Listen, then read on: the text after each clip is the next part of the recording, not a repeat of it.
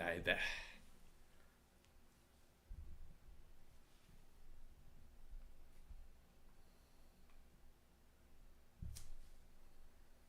Welcome to the RawDawgers Sportscast Live. I am Sean Watson. I am Ryan Kessler. Welcome in, everybody. I hope everybody had a great Easter break. We took a little time off there, and we had to get ourselves ready for this eclipse here in north central Ohio. We're going to be right in the path of totality. So hopefully everybody's going to cover their eyes. If not, you can always listen to us if you burn your retinas out. Now over on Spotify and Apple. So yes, and that'll be every week. So. Every week. It looks blurry on there. Oh. Anyway, I just checked it on Facebook. It looks cool. Fun. Anyway, we want to get into the biggest topic. Kind of, we want to go ahead and get into right off the get. You know, we named this podcast the National Flag Football League. I don't know if it's gonna. We're getting to that point, but it's definitely. We're starting to feel it. The NFL has implemented new rule changes. I know a lot of pundits and a lot of podcasts have been talking about it. But the biggest one that I feel, we're going to get into the top two, is the new ruling on the NFL, the hip drop tackle. So what is a hip drop tackle? So the NFL has defined it as when a defender grabs the runner with both hands or wraps the runner with both arms and unweights himself by swiveling and dropping his hips and or lower body, landing on and trapping the runner's legs at or below the knees. That is quite the long definition. Ryan, how are we feeling about this? I think we loaded a couple examples in here, and actually our podcast picture out front is showing an example of what is considered a hip drop tackle now in the NFL, even though it's not live. I don't know if you have our bookmark or our picture out front or not, but I have the video of Mark Andrews.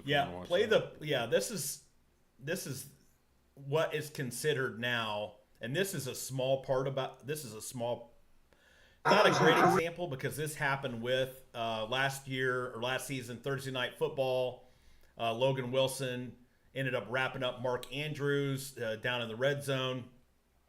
And this basically ended Andrews' season. I think he did come back for that loss at home against Kansas City. Yes. That was his first game back. But what was this, like week 2 maybe? I think this might have been week 2, early. Thursday night. So, and this, go ahead and play the video on that. Rushing yards on the opening drive.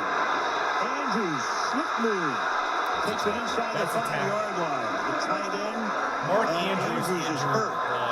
So Mark Andrews makes the catch, slides inside, and is in agony right now as he gets taken down by Logan Wilson. And the training staff coming out there in a hurry. Or ankle. It could have been either one. If you look at that, I don't know what you want to do. It's football. If you're a defender, right? I don't know what you're. I think that was a bad example of a hip drop tackle. Basically, most of the ones that they're showing now are when you actually grab the offensive player, you grab him high, and then you turn to get him to the ground, and you're unweighting. That's a new term by the NFL. You're unweighting yourself and swiveling yourself at the hips to go down on that person's legs. Yeah, here's a good. You have the diagram right here too. If you loaded that up. Yeah, I don't know why I didn't switch over. There you go. This is actually put right out by the NFL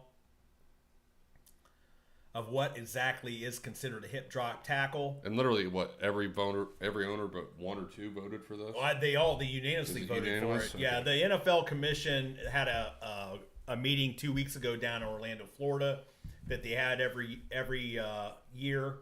Of course, John Harbaugh of the Ravens came out also as last season, or going into that meeting, as a proponent, although he didn't have a vote. Right. It was the commission itself, the owners.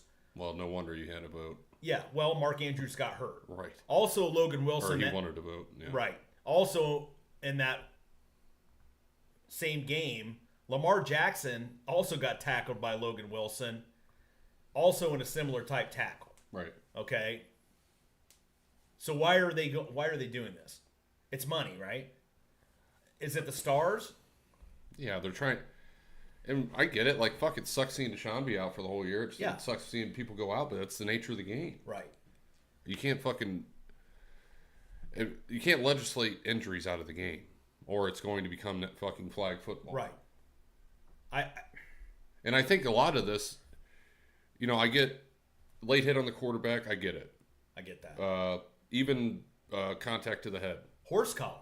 I get that. That's that's why you tackle like this instead of horse collaring someone. Right. So there was pushback on the horse collar tackle too, when they decided that they're going to do this. To me, there's two parts to this that make it extremely difficult. One of them is, how else are you supposed to tackle? Right. Okay. Especially coming in from the side. Even Pee-wee football, we were pressed. I don't know how you were. We were tackled, or not tackled. We were told to tackle with the shoulder, completely wrap, bring him to the ground. Yeah. Right? And they want you to drive your feet. But the thing is that's not always going to happen. People are trying to juke you. You may lose your footing, but what are you supposed to do? Just let the guy go? Right. That's stupid. Or are you supposed to slow down so that you can get a different angle? No, you're not doing that. No. You're trying to get that player down as soon as possible if you're a defender. Yeah, I really hope that the referees take this shit into consideration and just don't even call the shit. And that's good. Well, going back to the 2 points that I was going to make was, number one, when you said it too, you can't legislate it out of the game. Number two, because it's not something clear that you can officiate. Correct. That's my other point, is you're already putting all this pressure on the refs to make these calls during the game. Now you're going to give them something else that's even more vague. Right. And can't you see a point where this would essentially affect the outcome of a game? Yeah. Yeah, what if it's 4th and 8, somebody throws a swing pass, and the guy does a juke move to the outside, and the guy tries to wrap him up and can't drive, so he falls, and then they just throw a fucking flag? Is this going to be 15 yards? Yeah, it's going to be automatic 15 yards. Game could be over. Now they get the ball. Boom, they go down and score. And that, to me, I think it's going to get to the point where, yes, I believe refs have complete control of the outcome of these games. Or you can't tell me they don't at that point. Or it's going to get called in, and then what's the other part people are talking about, what's going to happen, is it's going to go, and the players are going to get fined after the game. Yeah, which is, God, if I was them, I know the players' union didn't like it. Right. And they're the ones that's supposed to be protected by this rule. Correct. It should have been, the owners, to me, have a little too much fucking say-so with the actual rules of the game inside the lines. To me, the owners should be able to vote on, unanimously if they want, on salary cap stuff, on trade deadline, that kind of thing. When it comes to actually playing the game on the field, the players' union should have a fucking say in that. Yeah. Because how the fuck are they supposed to play the game? Like, to me, it's almost like, I don't even, if I'm that excited for the fucking football season to start this year now. Because if it's just going to be fucking flag. Yeah, I don't think that's going to happen. I hope not. I don't think that, flags are going to come flying with this a lot. But the other part that I kind of see in this too is, what if it affects the outcome of that particular game, which affects the outcome of the playoffs? Yeah, that's clearly going to happen. I mean, let's just say that. Or what they'll do is fucking officiate it the whole year and then just not call it in the playoffs. Right. So then it's like, well, what the fuck? Right. You probably fucked somebody that was a 8-9 seed, or you gave someone a division title that shouldn't have had it. Now you're messing with what should be. And they are also coming out. The owners are talking about, this is for player safety, just like the horse collar. The problem Just like COVID. Yeah. The problem I have with that is, now there's already rumblings of them extending it to an 18-game season. I think we're going to see that. Right. If you're going to take more hits in real time, how are you trying to protect player safety by adding an extra real-time game onto the schedule? How is that for player safety? Yeah, it's not. Okay, then you can't go back on that. And right, and the thing about football is, unless you're 15-2 going in the final week, you can't just sit. Right. I mean, you have people going in and out if you're defensive line, but if you're offensive lineman, you're out there every fucking play. Well, right. And my thing is, I want more football. Yeah, I want more. I love it. Well, and if they do that, they better give them another fucking bye week. Right. Well, and then you just go down to, just eliminate the preseason games. Well, just have one. Or one, or two. Well, know one's going to get cut off again if they add another 18 games. It'll be two of them. But let's go down to one then, and then, like you said, stick another bye week in there. Right. Replace a bye week, and then go ahead and, I agree. I'm with you on that. Yeah, but it's not, to me, you're going to teach players bad habits because, first of all, you can't lead with your head at all anymore. Right. You can't tackle high, especially across the middle of the field. So how are they supposed to judge that? You're flying; those guys are going 20 miles an hour out there, and if you tackle the guy, you better not hit him hard enough, and then just try to roll off, and then they could call a flag for this bullshit right. now. If I was a defender, dude, I'd almost retire if I had money in the bank. Well, and there's I did see this too. There was a lot of ex-players that took to Twitter. Richard Sherman, think what you want about Richard Sherman. He tweeted out immediately, what are we supposed to do? He also said, I think the NFL, and this is a great point by Sherman, I think the NFL commission should go ahead and make real-time plays and so that the players know what to use. Basically, he's saying, if you don't want us to do it this way, you need to go ahead and construct a real-time video about how to tackle these people. Right. And he brings up a great point. Right. Can you do it? Right. No, they're just legislating this shit, and then now these coaches have to get together and try to teach these guys how to. I mean, it's bullshit. I get the protecting of the head. Everything else is fucking dumb. Yeah.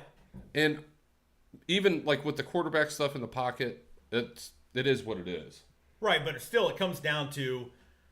Here's my other question too. Now, if you're the landing on them, that's too much to me. But not tackling below the knees, not hitting them in the head, I could be okay with that. The whole thing with unweighting yourself on the quarterback. Yeah, that's stupid. We got fucking screwed on that. Yeah.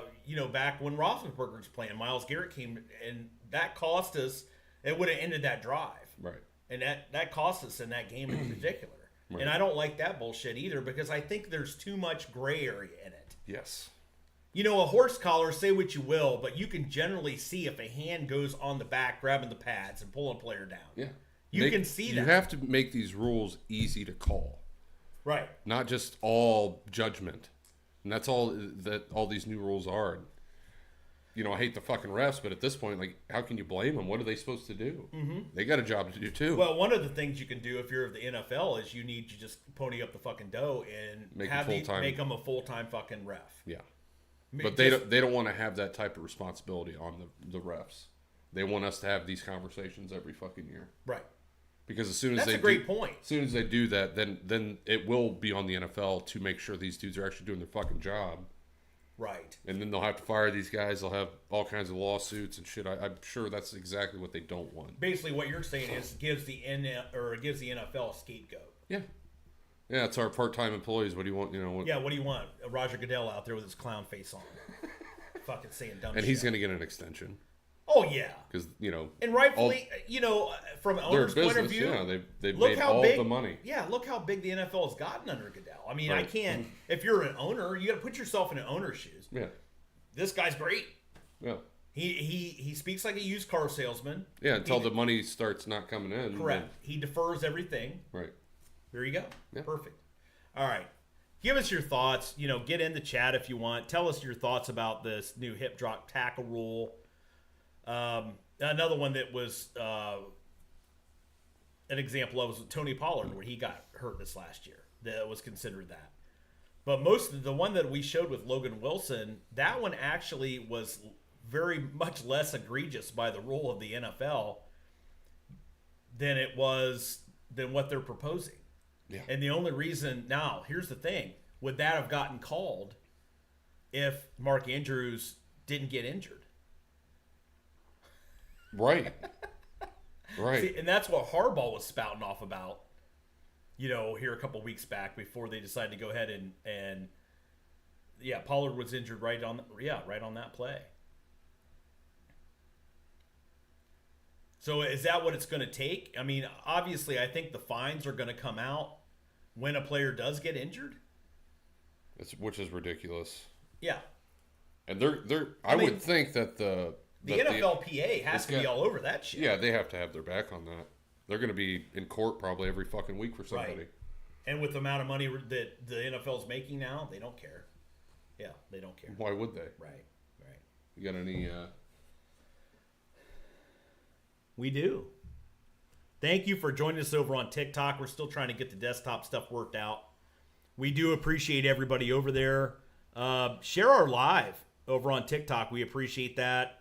I hate to be the guy that does this shit with the, but tap the screen, give us a like. We have a poll up on our TikTok page. Basically, do you like the new NFL hip drop rule? Yes, I like it, or no, the NFL is now becoming the National Flag Football League. Right. So, tell us what you think. Also get in the chat over on you. At Doggers Raw? Yeah, at Dogs Raw. Yep. It's right there at the top of the screen, actually. It's RawDawgers Sportscast, but our account is Dogs Raw. If we do get cut off from this live on TikTok, you can just go ahead and please hop over to YouTube or X or Facebook Live, and it's the same emblem as we have over there. Right. It's the 3 dogs right here. It's on one of our shirts. Yep. So and we still have shirts if anybody's interested we are. in that. All right. I want to get out of this a little bit. Here's one other thing, and I was thinking about this yesterday when I was putting some stuff together. How much, we know that for the most part, people want to see offensive games. And now, here's the other thought I had was, now with gambling as being prevalent as it is, how's this hip drop tackle because you're protecting the offense?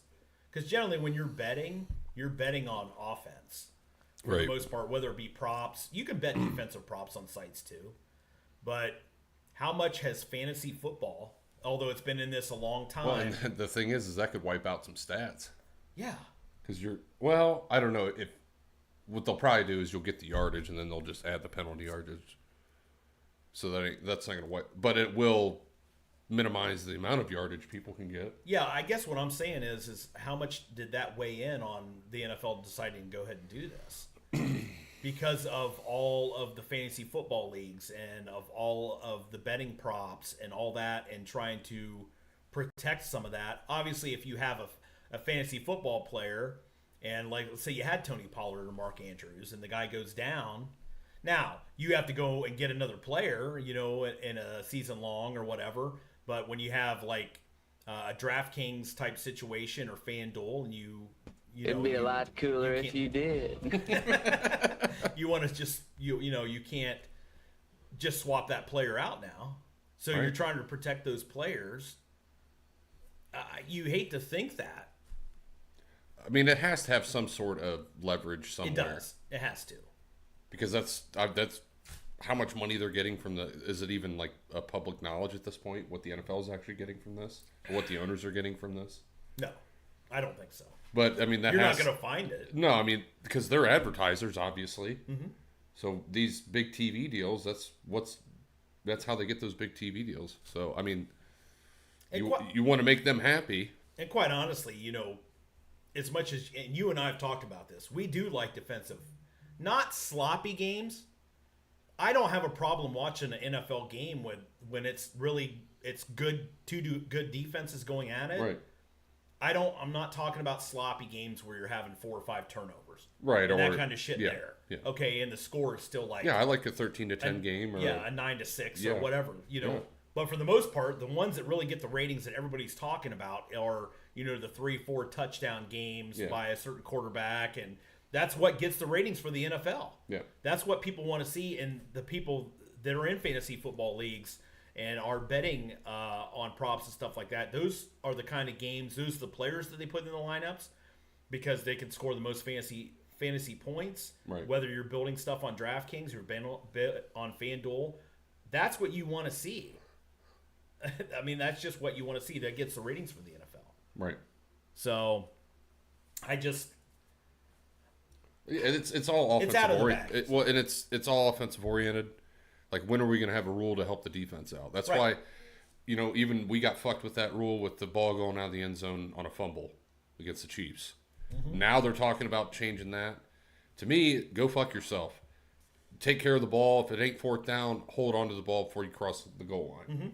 Because the defense has nothing else going for them. Agreed. All right.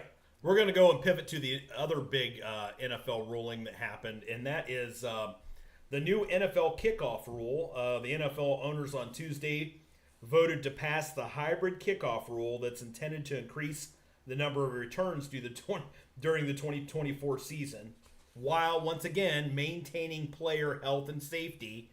There's that little part that they put in there as our priority.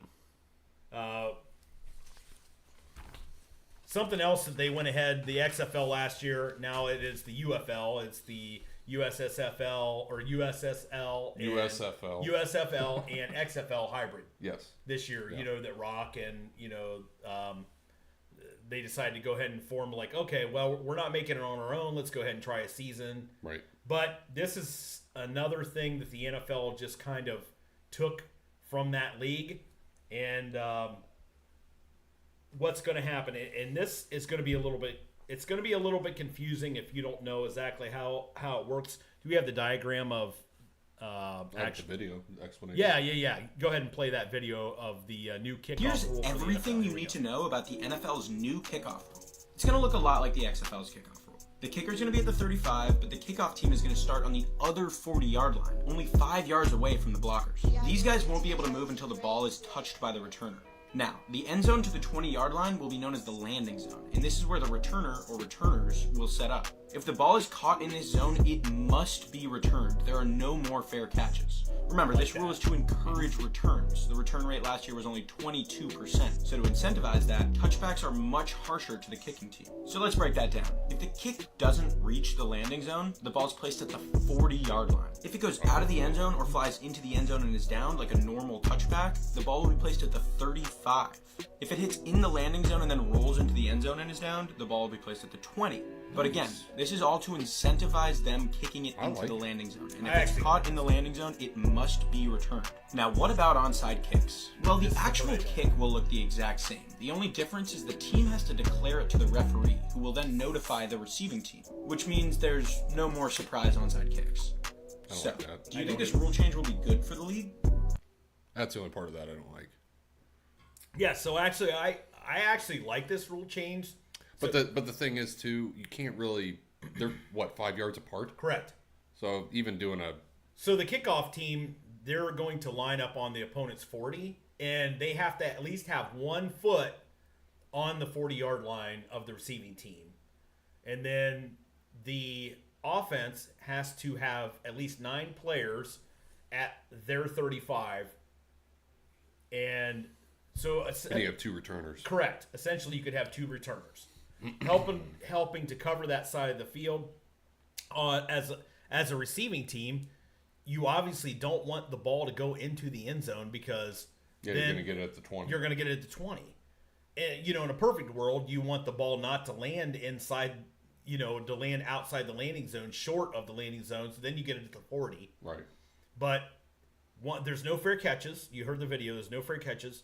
You receive the ball in the landing zone, and also the gunners, who they only have a 5-yard buffer. The gunners can't go until the ball either hits the ground in the landing zone or it's caught. Yeah. I kind of like it. I like it a lot. I like it because they're actually going to do returns now. Right. And I do like it for the fact of, a lot of people in the NFL, that's how they make their living is special teams. Mm-hmm. They're going to have actually, that's going to be an important part of the game now. Right. But to me, it's really more of a glorified punt. Because the gunners and the defenders are going to be so close that if you have a guy that's kind of squirmy, a guy that's a good punt returner, and I'm not saying, a kick returner has to have some blazing speed too. But if you have a guy that's more of like a punt type, that's really good at returning punts, to me, that's the guy you want receiving the ball. I honestly think that the kickoff team is going to have a little bit more of an edge because they're not really going to be that stressed on their lanes. Because what you're going to want to do is just beat the guy that's ahead of you. And if they have 9 guys and 2 guys returning, you're going to have one dude that's basically, other than the kicker, that's going to have a free lane to the returner. Yeah. So you can kind of, and if you're the kicking team, fuck kicking to that guy. You know what I mean? Right. So I don't know how they're going to, if how you could make sure to line it up whoever you really want to get the kickoffs, but now you have to have 2 decent returners. Correct. So I don't know. I want to see it play out. I think it's going to be nice. I really like it. The good thing about this is whether you like it or not, the NFL is only adopting this at least through the 24-25 season. So after that, if things don't go trial run, yeah. It's going to happen this year. If you want to see more of how this actually works, go back, watch some XFL games last year, just the kickoffs. You can get on YouTube. Excuse me. You can get on kickoffs. You can check them out over there. I like it. Yeah. I mean, I like the fact, just like it said only 22% of the kicks. I couldn't even I couldn't believe it was that high. Right. I thought it would be like 12. Yeah. Well, yeah, because a lot of the kickers nowadays have boots and they can just kick it out of the end zone. Yeah. And why not just start them there, start them there at the 20, right? Right. So if it lands inside the end zone, though, or rolls into the end zone, then it's going to go back to what? The 30? Is it the 35? It's the 35. The 35. They get it at the 20 if they fair catch it or something, right? No, there's no fair catches. Okay. There's no fair catches. So what was the reason for them getting it at the 20? If you get them, if this is going to be the hard part. This is going to be the big adjustment for all the fans.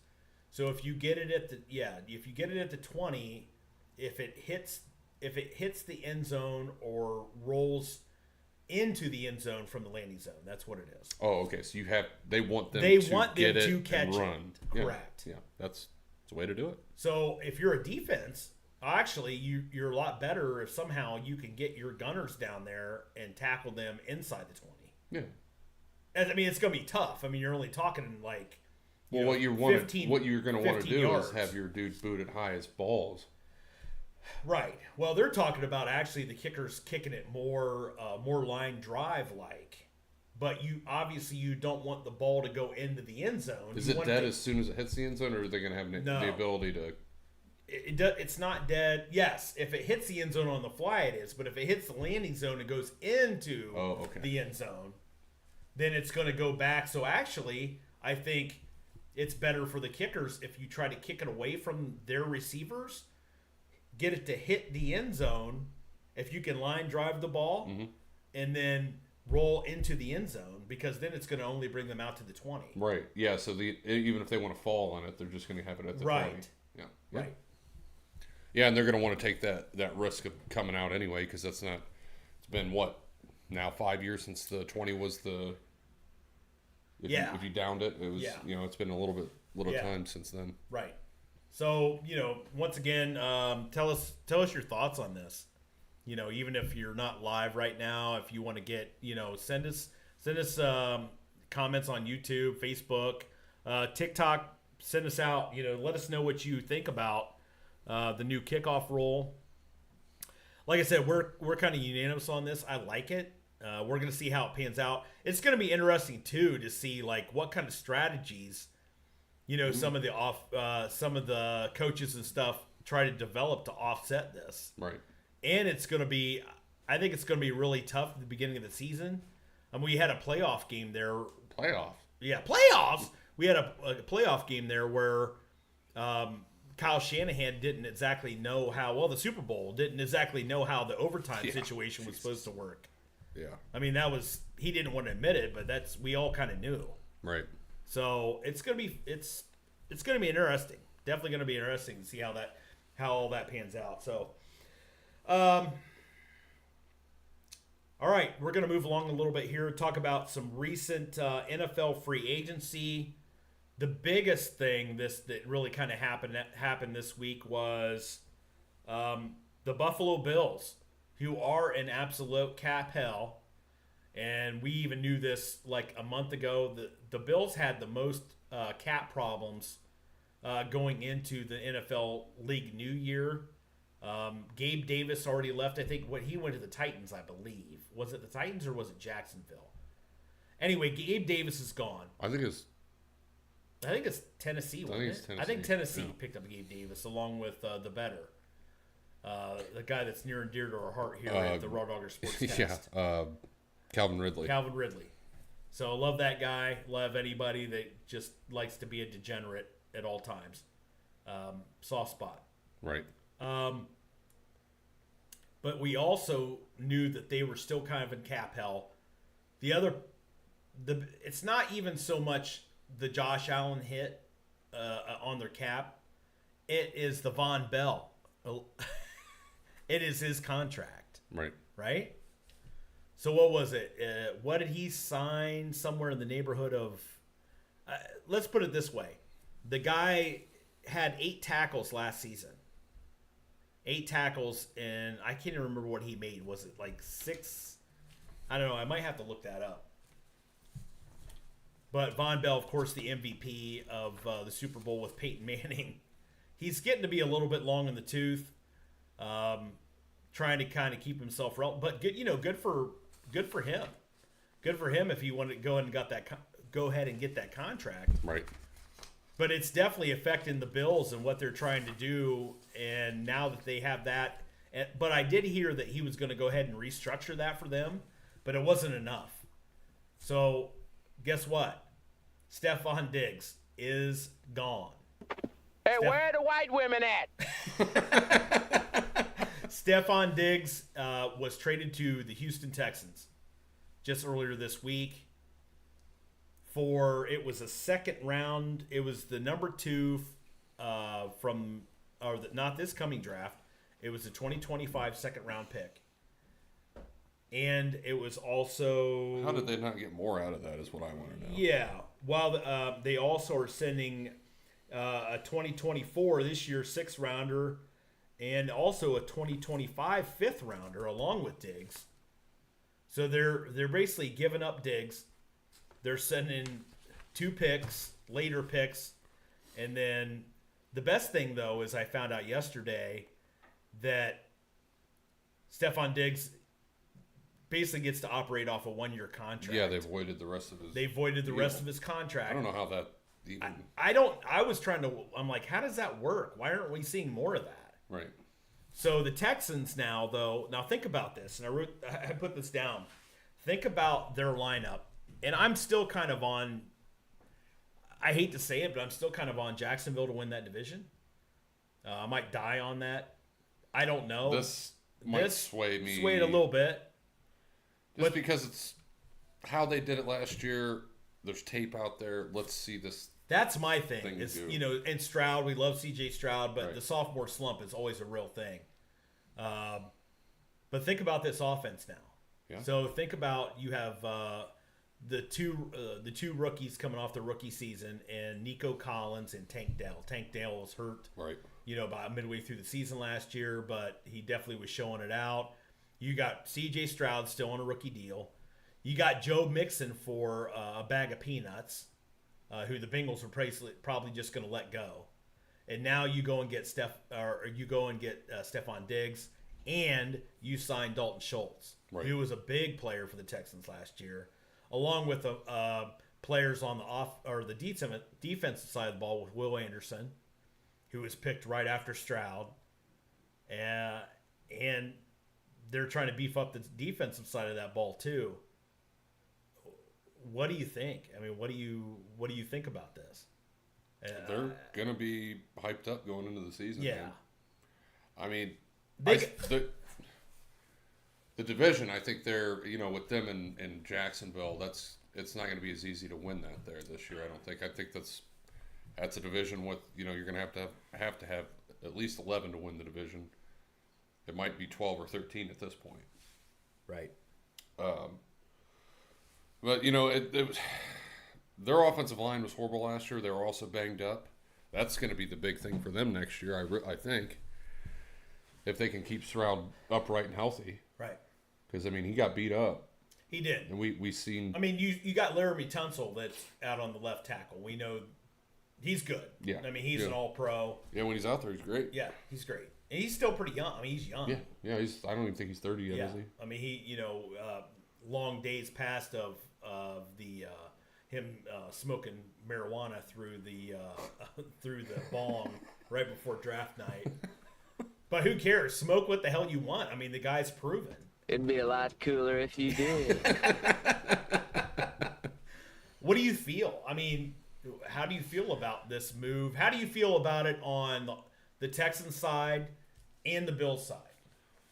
I mean, obviously there was something internally going on there, but we talked about this a little bit too.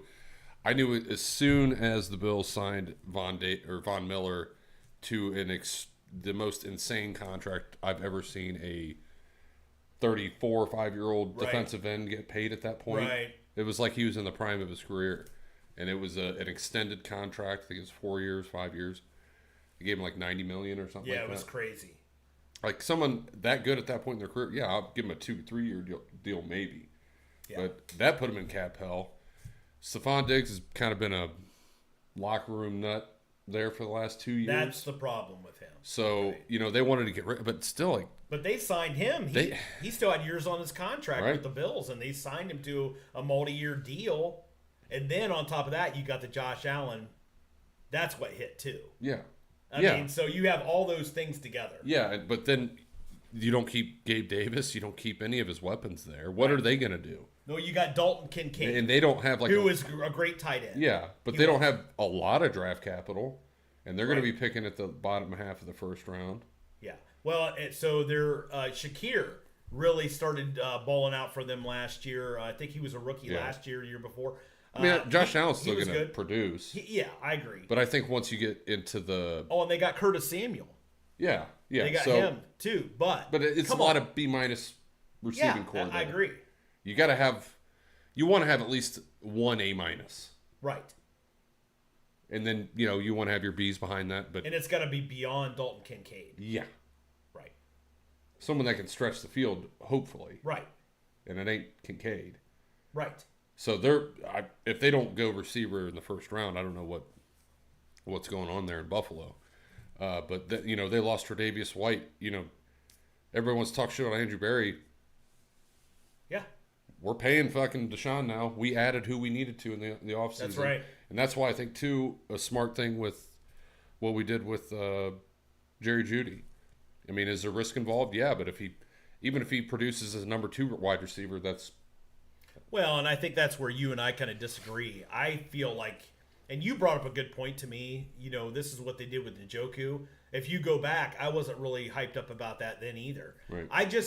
I don't have a problem with it. I just wanted to see what Jerry Jeudy. I like the fact that you have him on that 1 year. But if he goes out there and plays the way I think he will play, right, you're going to have him on a bargain for the next 3 years. You will, but that's rolling the dice. Yeah, but it's not that big of a contract. Yeah, I mean, it's not. They gave Njoku top 5 tight end money. Yeah, that was a gamble. They're giving Jeudy wide receiver 2, wide receiver, slot receiver money. It's setting the market for number 2 receivers, though. I would say with 48 million, it's get 40 million guaranteed, right? It's 48 million over 3 years. I think 41 guaranteed. Or 41 guaranteed. Okay. But that's not even 20 mil a year. I mean, you have number 1 wide receivers making 30. Okay. So is that really setting the market? Well, who's number 2? Who's a number 2 receiver though that's getting that kind of money out there? number 2 wide receiver, you could look at what are they paying. Well, I mean, if you look at Cincinnati right now, they're paying him the franchise tag. Well, with the T. Higgins. Yeah.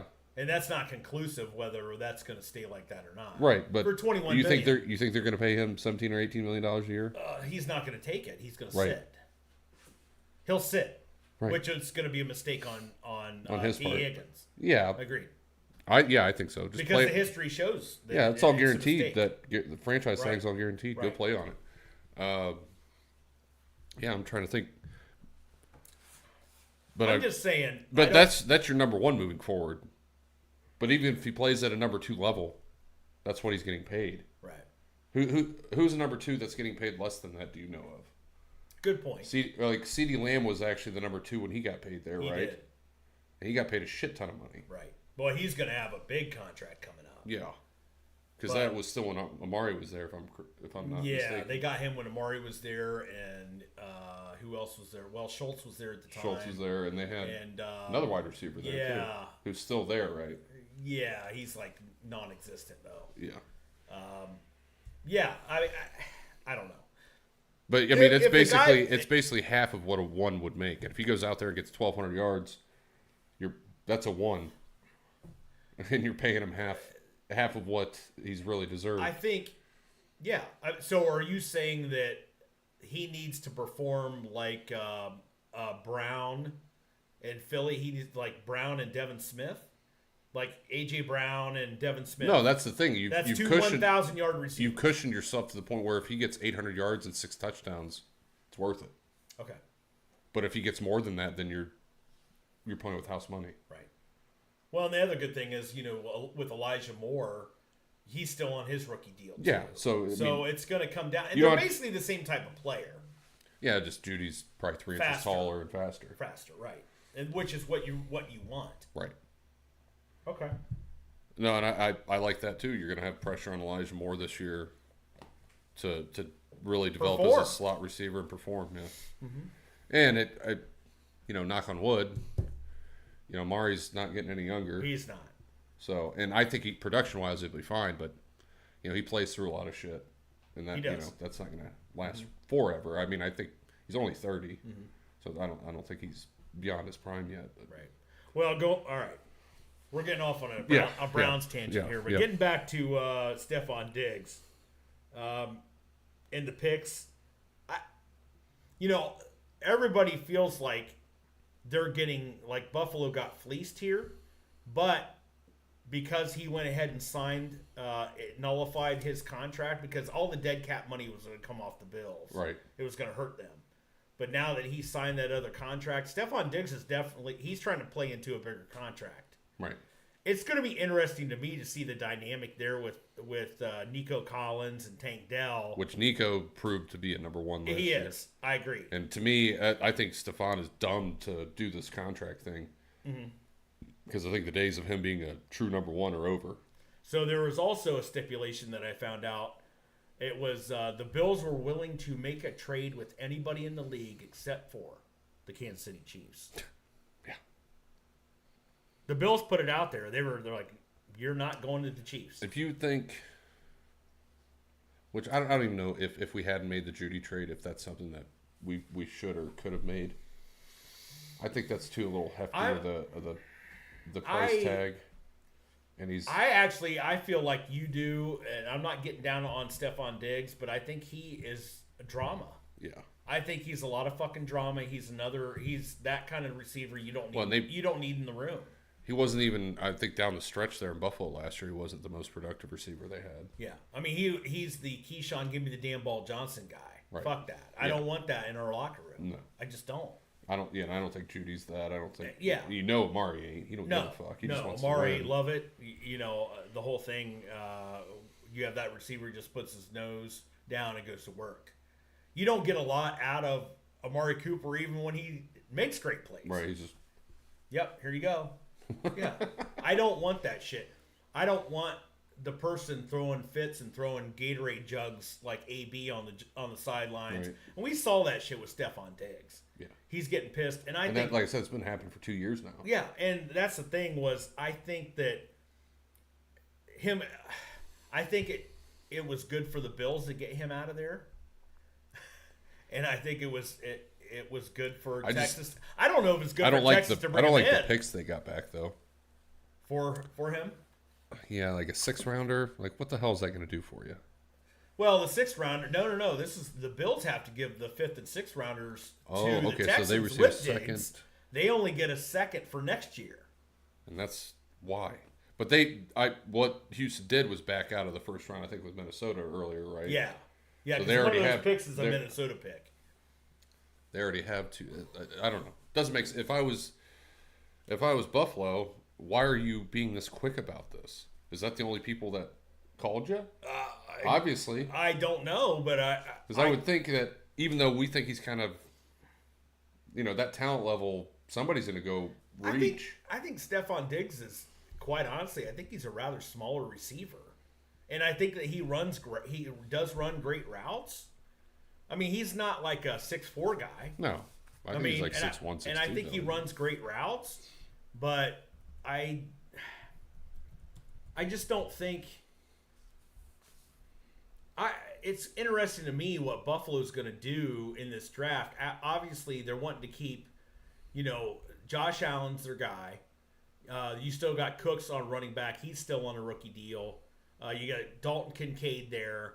So they have to be thinking this year, because that 2nd round pick's not coming until next year, unless somehow they're going to try to use that pick next year and try to move up in this draft somehow. Right. By giving that and trying to go get a receiver that's going to be their new number 1. Right. For Josh Allen. Yeah, because, last year his average reception was 11.1. Did have a shit ton of receptions. Yeah. I'm not saying Stephon Diggs is bad. I'm not either. I just think that it was good for them to get him the hell out of the building. Yeah, so and to get off that fucking contract. That's the biggest thing. He's 30 years old. Yeah. He's going to be 31 this year. So it's like Amari Cooper. It's like, is that the same draft as Amari? Or is Amari 1 year before him? I think Amari was a year before him. Okay. All right. I think, draft class wise. I just think Buffalo wanted him out of there. Right. And if truth was known, Josh Allen probably had a hand in that. I would think. Well, so he came out in 15. He didn't have 1,000 yards till his 3rd season or 4th season. With Minnesota, right? Yeah. Okay. And then it was after the Minneapolis Miracle, then he just got immediately traded to the Bills, right? I'm pretty sure, yeah. That was 2019, then 2020 he played for the Bills, so yeah, that was right after that. Which was shocking to all the Minnesota Skull fans. They were just crying in their fucking horned helmets. I mean, it was, yeah. I think they might have came out the same year now. It was 2015. Okay, so Amari was 94, so he's actually younger than... He's younger than Diggs? Yeah. Wow. They came out in 2015. Yeah, they came out in the same draft. 2015? Yeah. Yeah, but who are you taking, Amari Cooper or Stephon Diggs? Cooper. Absolutely, hands down. And that's not even being a homer. No, That's not being a fucking homer. The guy has no drama. The guy comes to work. He makes fucking plays. In my opinion, Amari Cooper has better hands. Yeah, and he's a better route runner. And everybody that bitches about his speed, he was a deep threat last year. He gets open. And Amari Cooper's a bigger type receiver than Diggs. Yeah, he's thicker. Yeah, for sure. So hopefully that leads into more durability. But we're hoping. Yeah. We're hoping. All right, moving on here. Cleveland Browns. A couple little updates here with Nick Chubb, Deshaun Watson. Mary Kay Cabot on Nick Chubb. Mary Kay Cabot reporting just this last week that Nick Chubb began some light running at the 3-month out mark of training camp. Cabot also says that she expects Chubb to need more time to rehabilitate his knee and will not be ready at the beginning of the season. Shut the fuck up, Donnie. That's the whole Browns nation crying out in one fell swoop. Okay, well that's news to me. Yes, it just actually came out yesterday. Field Yates, don't know if you're familiar with him, big fantasy guy with ESPN. Now, of course, he has his mock drafts along Right. with Mel Kiper and McShay. Field Yates now has it on this ESPN mock draft that the Browns will take the first running back off the board with their pick at number 54 in the second round, using it on Trey Benson of FSU. I could see it. I don't know if that's going to happen. Yeah, I'm not saying it couldn't. Of course, we got Nyheim Hines now. We got Deontay Foreman. I think Foreman's going to be more of your bigger back. Can we survive it until? And I heard this on the Great We Cleveland went Sports 11 Show. and fucking 6 without him. Okay. With 4 other quarterbacks. A guy on the Great Cleveland Sports Show yesterday, great in quotes, was talking about, the Browns, even if Chubb's ready to go, they should wait until the second half of the season. But then again, Whenever he's ready, fucking put him out there. Okay. And that's what Chubb's going to say. He's going to say, fuck you, I'm ready to go. Yeah. If I'm medically cleared, I'm going on that field. Yeah. I hate these. The risk you run with that is, of course, let's say, and of course the schedules have come out, is the risk of what happens if we're 500 in the first half of the season. Obviously, we don't want to be that, but then you put Nick Chubb in. Now you have more tread on the tires of all the players.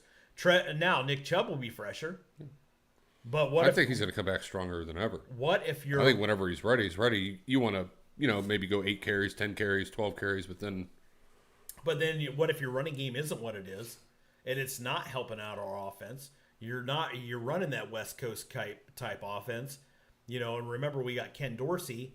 What if you're running that and hopefully they can start running better out of the gun, because that's Foreman and Nyheim Hines and Pierre Strong and all those guys and Jerome Ford, they aren't getting it done, and now they're just zeroing in, and it's really killing our offense. Where if we had Nick Chubb in there, I mean, you have to think it's tough. So these are all speculations coming out of April at this point. Mm-hmm. We have another 4 months before camp even starts. Right. 3 months before camp even starts. Well, closer to 4. I have a little bit more hope that he will be ready for week 1. I just feel like he's the type of guy that, the way he works. Yeah. He's already supposed to start running this month. Right. Well, Mary Kay Cabot was saying that he's starting doing some light running, and if we know Nick Chubb, I don't think Chubb's going to go against what the physicians tell him to do. No. But I think that Nick Chubb will go an A++ effort to get to where he needs to be. Well, when he screwed his knee up at Georgia, was that his junior year or senior year? I think it was his junior year, because then the senior year is when it had to be his junior year there. Because his senior year, then he came out. That's when he came out. He didn't come out early because he came out with and everybody was talking about Michelle. Well, and I don't think he missed any time that year, and it was basically like the same injury. Okay. In the same time frame. Now it's just another injury to the same knee. Yeah, but it's 2024, and he's Nick Chubb. Okay. I agree. I'm with you. The damage apparently wasn't as bad as once at first thought. Right. And fuck Minka Fitzpatrick again. Yeah. Again, fuck him. Fuck that guy. Fuck that guy. All But right. no, I mean, All right. I think our running back room's good, but if All right. I think our running backs room's good with what they brought in. I think those guys will complement each other well with what we want to do offensively. And me personally, I think we're going to be throwing the ball pretty well anyway, and that will help the running game, especially in the shotgun. But we'll see. I wouldn't be mad at them if they see a running back they like in the second round.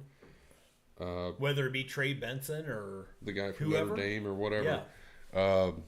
Edamame. Yeah, and that The green bean. I'm saying for the soybean. future, but why not have a 1-2 punch? We had Nick Chubb and Kareem Hunt here for fucking 4 or 5 years. Why not find another one that for the next 3 or 4 years could be a tandem in the backfield, and then at that point, see if Chubb's still chugging along. And I'm not really sure, too, here's my thing.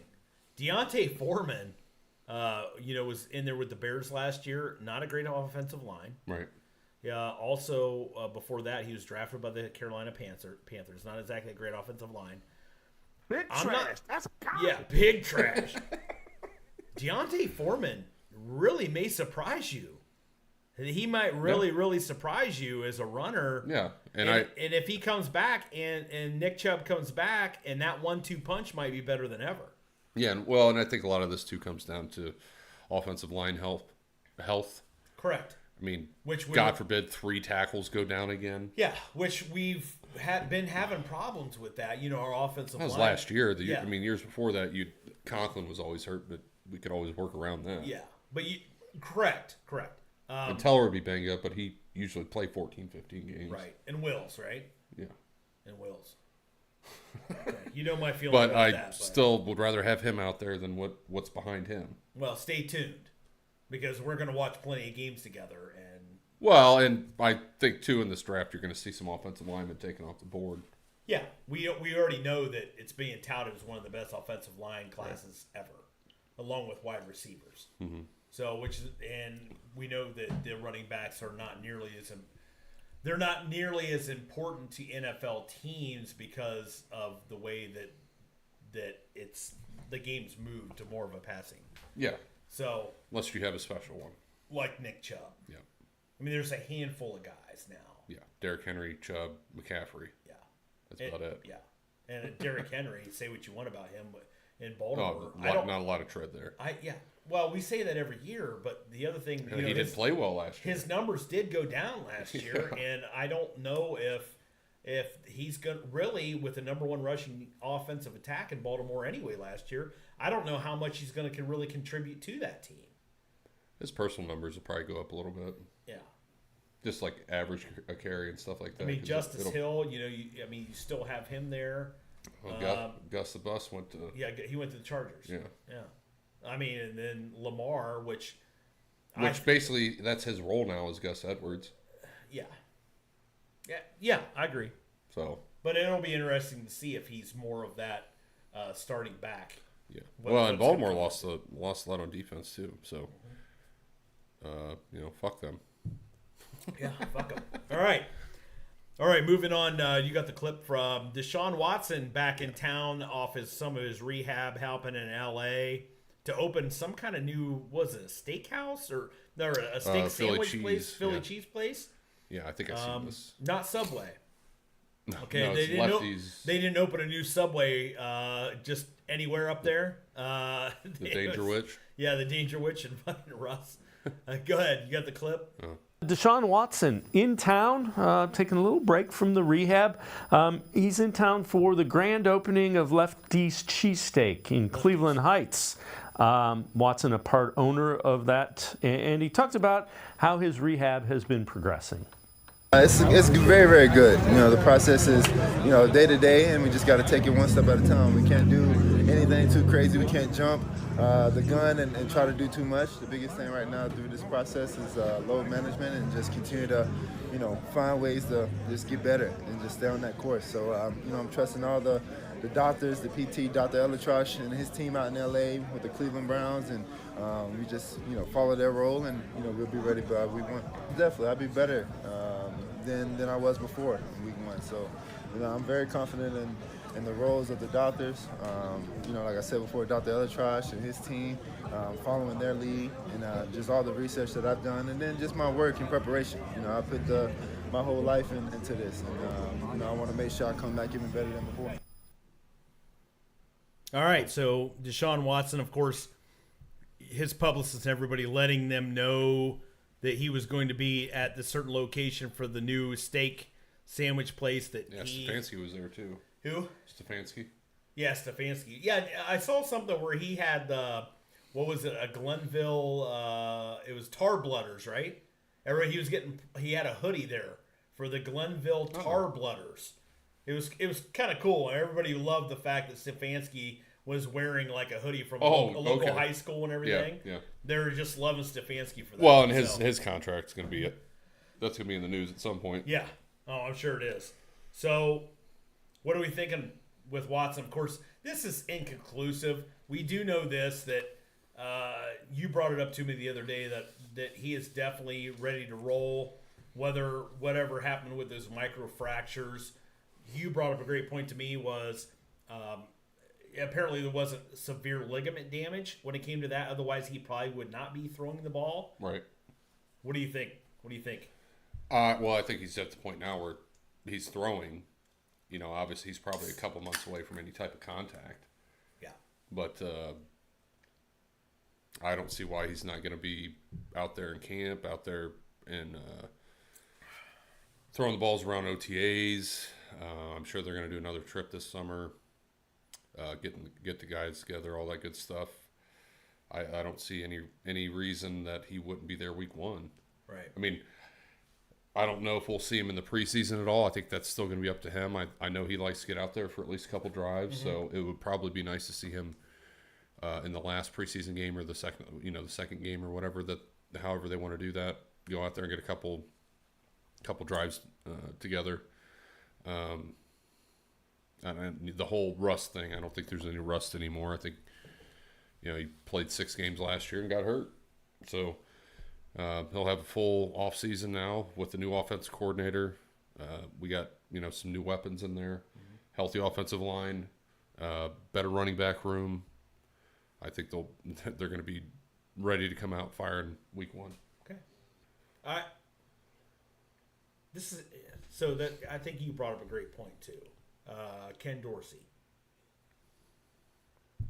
different offensive guy, offensive coordinator. We feel like Deshaun Watson definitely had a lot of say in who that guy was going to be, right? Yeah, I don't think that he didn't have a say at all. Right. Or do you think that Stefanski, because Van Pelt got jettisoned to the Patriots now? Well, and it's if you look at what he did with Josh Allen, which if you look at play, and it was good. If you look at play style, that's Deshaun Watson. He's not 6'5", 240, but he likes to hold the ball a little bit. He likes to make plays. Mm-hmm. And I think, the spreading it out, that's the way he's been more comfortable.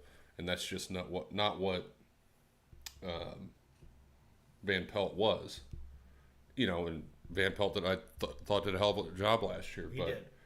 You want to have more, he's very similar offensive mind-wise with Stefanski. Mm-hmm. And that's why it worked well for the first 4 years. But right now you have a different quarterback with, that's actually mobile and can stretch the field and all that good stuff, throws beautiful deep ball, and plays a certain way. You want to make them as comfortable as possible, and I think they did a good job going out and get the best guy. And it was almost a good thing that he got fired in Buffalo because, I would think that he was pretty close. Yeah, you got to move that thing. You got to move it.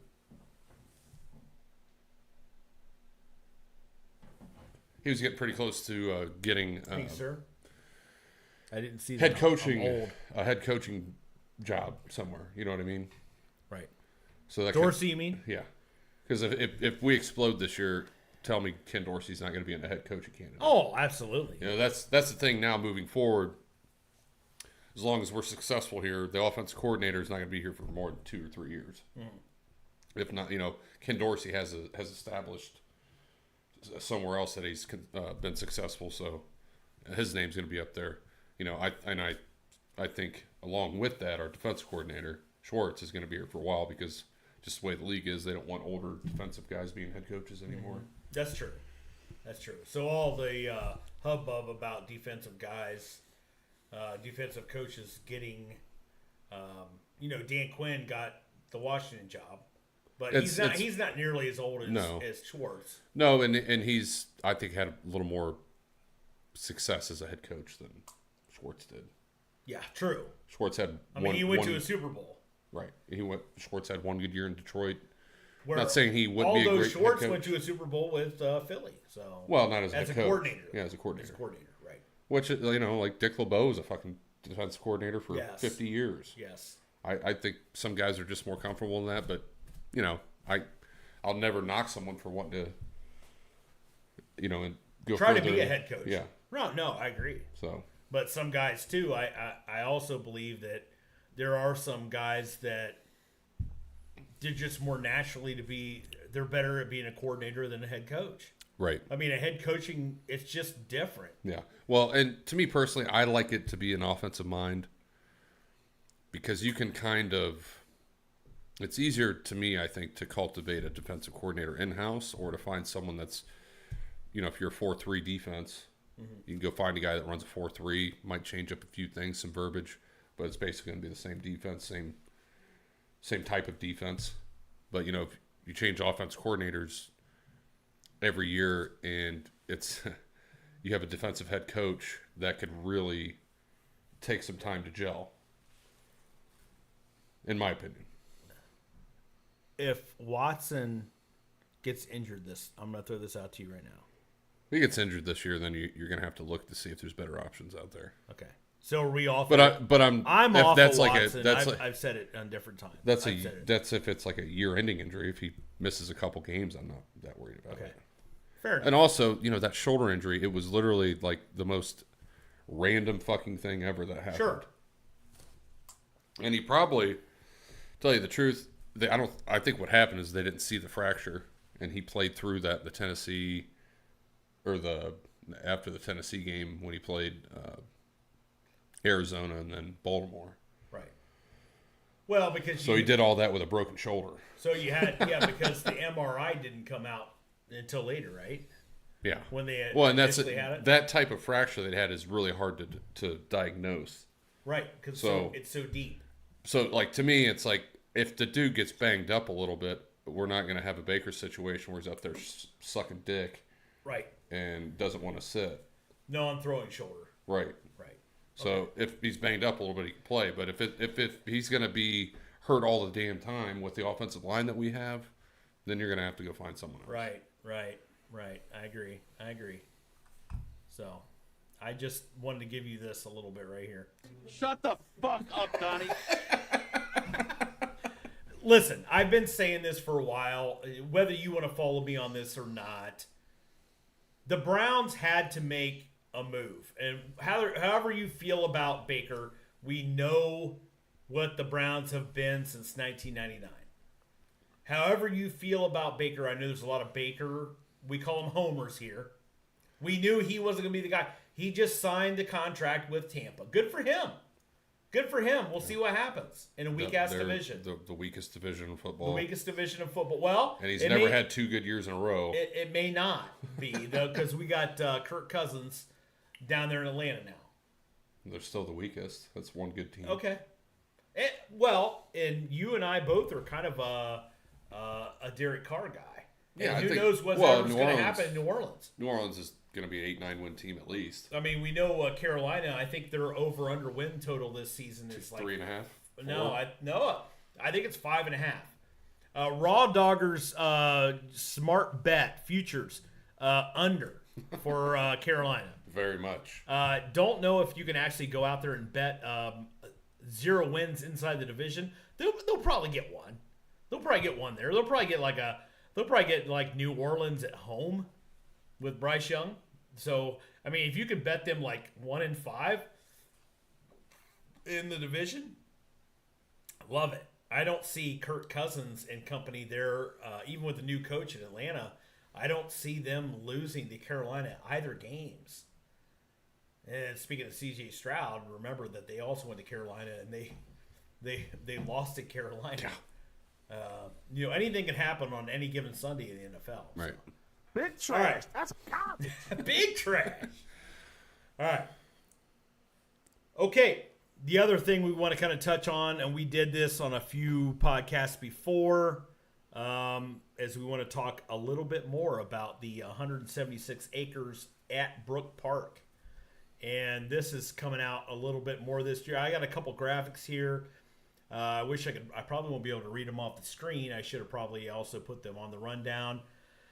But Brook Park, if you know any of this area itself, it is south of the municipality of Cleveland. It is in another, if you want to say borough of Cleveland, Brook Park is that. It is another municipality.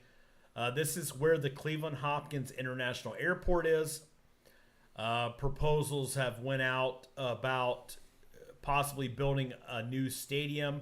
We know this Haslam Sports Group, D and Jimmy Haslam have decided to go ahead and purchase the 176 acres that had 2 other existing Ford plants. They're down, it would be like the southwest side.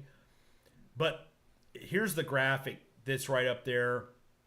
Whether you believe that this is what's going to happen, we know this. The Haslams came out this, they actually had their own media day with the Cleveland media, with them at the forefront of it, saying that they are not interested in renovating the current Cleveland Browns stadium with a dome. It's stupid. With a dome that would be, now it's estimated at about $1.2 billion For a dome? For the dome to renovate the stadium.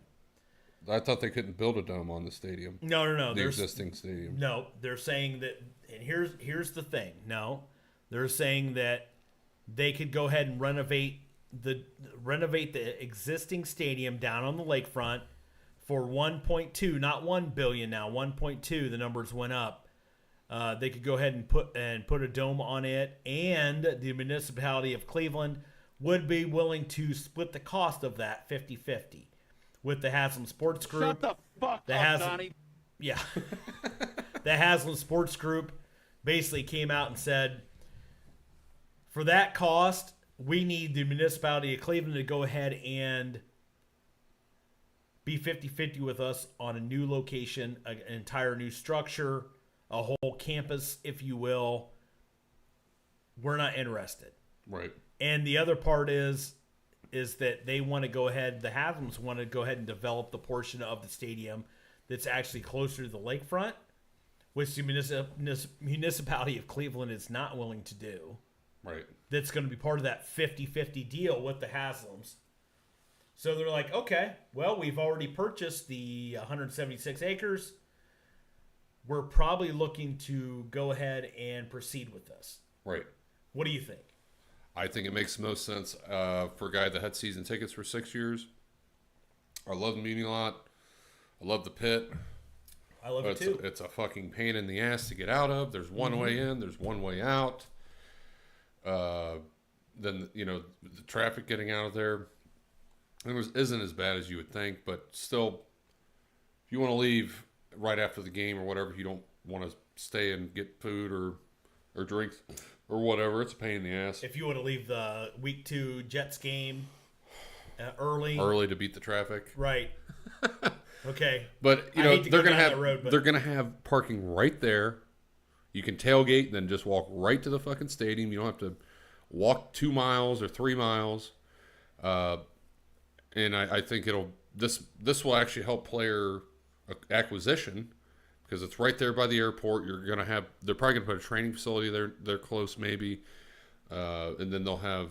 Well, and Berea is about right here. You can't see it, but Yeah. the training camp for the Browns is just a little bit southwest of the actual Brook Park. Right, and I think that they want to put some renovations there too soon. Oh, I'm sure they will. Yeah. So, Haslam's got the money. Please buy the Indians. Yes. On a side note. Right. I like it. I think it's time for a dome. It's not 1973. It's not how football's played anymore. Let's just do it. If you can do it in that, if you're going to do 1.2 billion at that place and on the lake, why not just do it all for 2 billion in Brook Park, Well, actually, it'd be closer to like 4. Is it? It's like 4 to 5 billion now.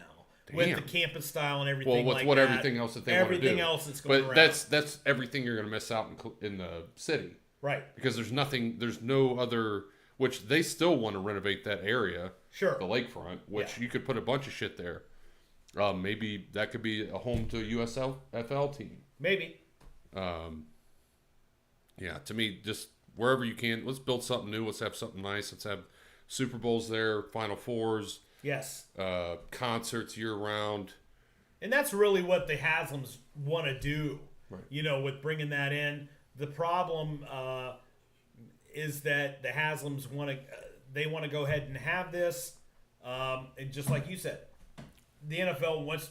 you put a dome at Brook Park, you're getting a Super Bowl. Yeah, you're getting a bone. Especially with all the hotels that they'll build there and Right. everything else that'll build there. And it's 10 minutes away from downtown Cleveland. Yeah. So it's not like it's, a lot of, like, I think San Francisco is like 40, or the Oh, it's way out. the Niners are, they're like Yep. 45 minutes away from San Francisco. Well, hell, Orchard Park. The Buffalo's getting a new stadium, and it's not going to have a dome. Orchard Park, yeah. Is away from Orchard Park existing. Is like 20 minutes, 20 minutes, 25. I thought it was an hour. Okay, I've been up I-90. Oh, it might be. Is Orchard Park that close? I thought it was further away. It might be. At least a half hour. Okay. You're going up the I-90 Buffalo Turnpike. I've been up there a couple times. It's still way out. Brook Park's much closer. I like the fact that you have the international airports right there. You also have the walkway that's right there. And 71's right there. 71's right there. The 480's the 480's right there. 271 Akron's right there. Everything is condensed. It's almost like if you can imagine a map of greater Cleveland area, this would be the heart, and all of the capillaries and veins are coming off of that heart. Right. When you're talking about this area, and the biggest one is the fact that you have this walkway that's coming from Cleveland International Airport. You can get off the plane, go to the terminals, walk over to the stadium. You never have to see the elements of Cleveland ever. And that right there alone is going to make you want to go ahead and give Cleveland the Super Bowl. Right. You never have to see, lakefront fucking weather, 30 degrees below. We're talking about in February. That's it. And also, they were talking about actually a lot more of this parking area that they have labeled out here is very, very excessive for these types of new NFL stadiums are being bought. So who knows what's going to go out there? I mean, who knows if we're going to get some more elevated type parking structures. And this is going to be, even like you said, this could be more hotels, shops. This is going to be a whole, just a conglomerate of everything that's going to come into this one section. To me, it'll help build Cleveland anyway because it's so close. Right. Like, hey, let's go to a game and then go to the casino in Cleveland. Like, it's not like it's an hour away or... Secretly, I really feel as if one of those casinos are going to move down in this area. Yeah, or they'll just build another one there. It would not surprise me at all that Jack will move down in there. MGM may move down in there. Why wouldn't you?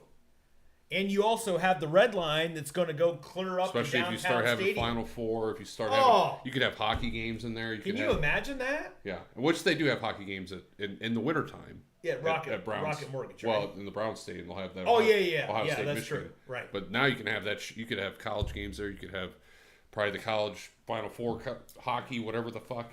They can have whatever the fuck they want. Well, and the Haslam's looking way down the road here. They know that the NCAA football is about to be expanded to the 12th team. We talked about it last pod also, that it's going to probably get expanded even further.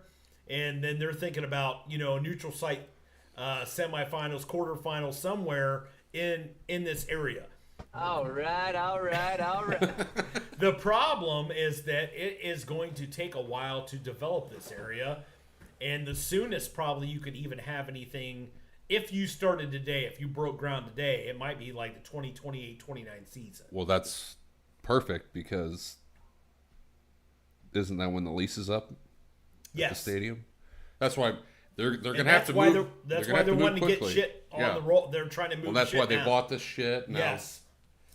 So they're about to give a big flying J middle finger to the municipality of Cleveland. Which, and it might take maybe a year. It would be interesting to see if maybe for a year they'd have to play at the Shoe or something. Yeah, but I don't think they're going to do that. I don't think they. I think they'll extend stuff with the municipality of Cleveland. And why wouldn't you? Right. I mean, you still have the city would want that. You still have all that revenue around that at that time. Why would you not want to do that? I am going to go ahead and take a squeege. Oh, but I think too this helps in player acquisition to the fact that a lot of people like playing in domes, and I think if you build a dome like the Minnesota Vikings did, where there's still natural sunlight, you can have natural grass. Which I think, other than let's stop legislating tackling out of the game and just put it on natural grass so people stop getting ligament tears and ACL injuries and all that bullshit. And I love getting left randomly. But we also have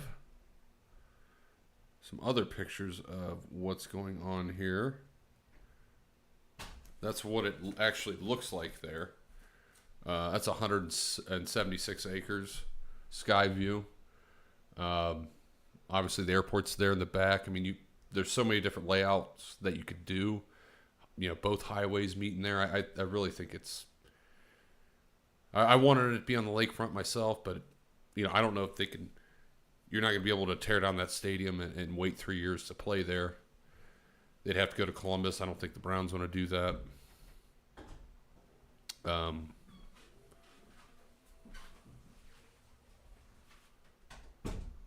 So here is a Browns want roof control parking development. Neotrans has learned the Cleveland Browns and their owners, the Haslam Sports Group, want several things from the stadium over the next 30 years that the city of Cleveland appears unwilling to give them. This includes a dome that adds another $1 billion plus to the stadium's cost and control over revenues from parking and ballpark village development.